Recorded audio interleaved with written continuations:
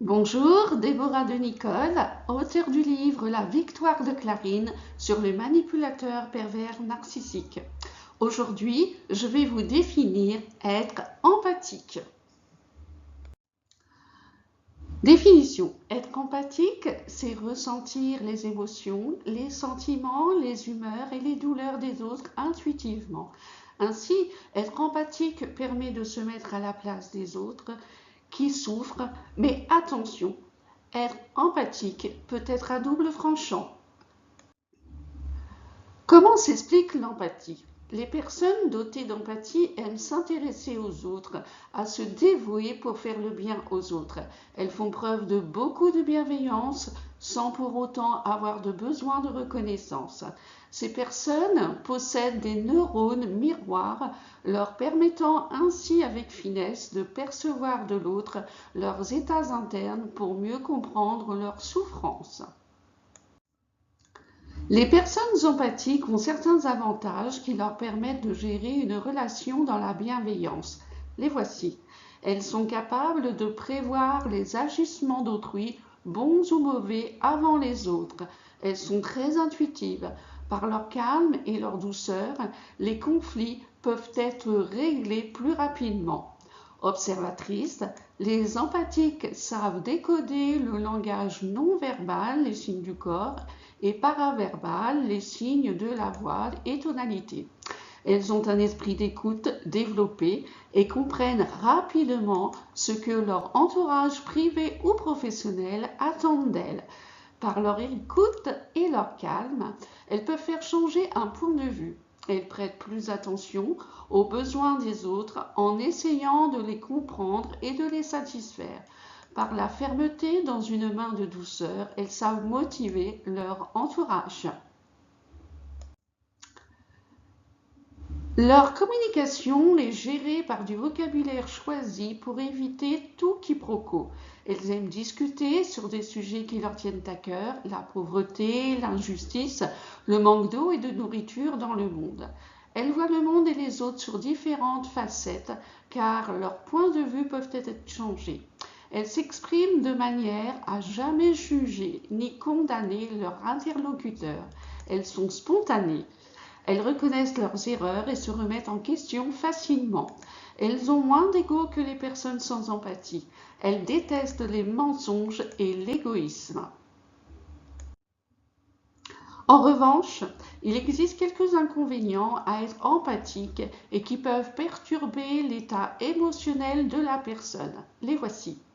Souvent, les personnes empathiques se sentent vulnérables émotionnellement, psychologiquement et physiquement. Elles s'imaginent qu'elles sont moins intelligentes que leur entourage.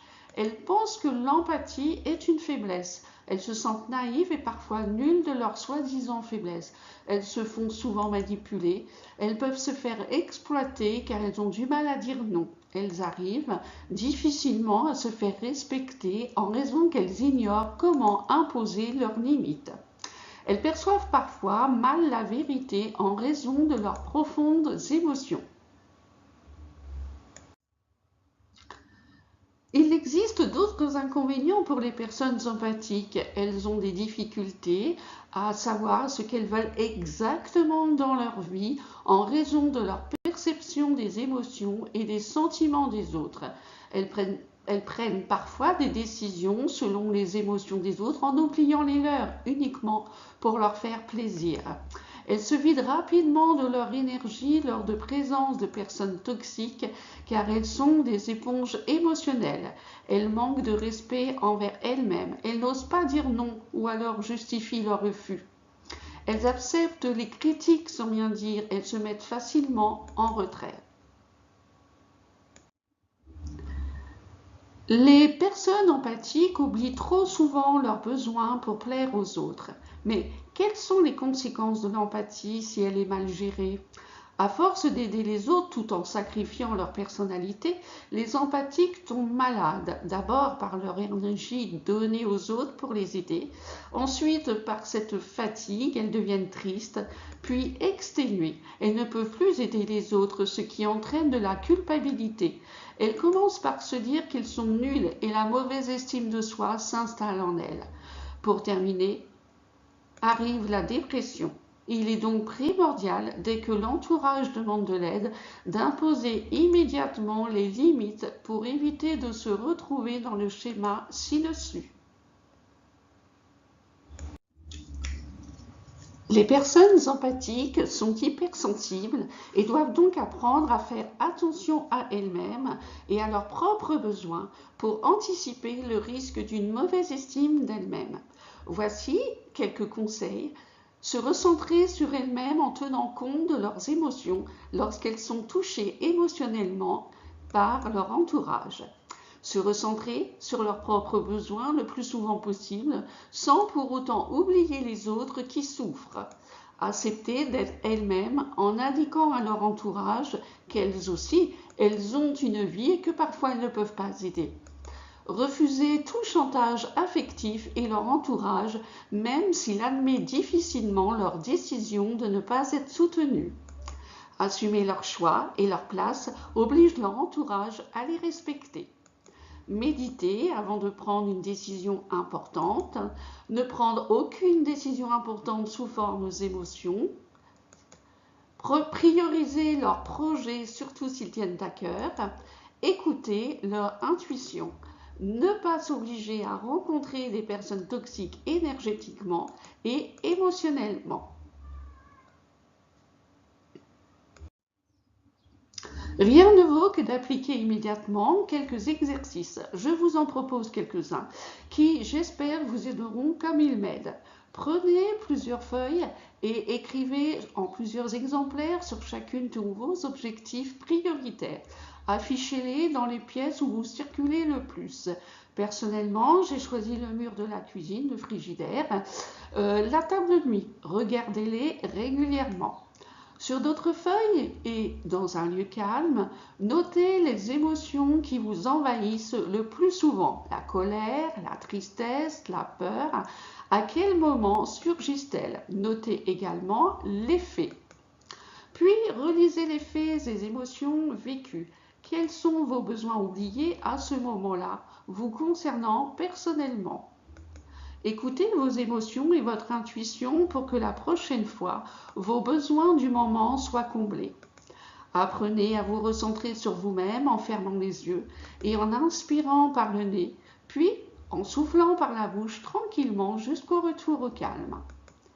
Avant de partir le matin de chez vous, imaginez-vous un faisceau de lumière vous entourant d'un diamètre de 3 mètres environ pour vous protéger de vides énergétiques.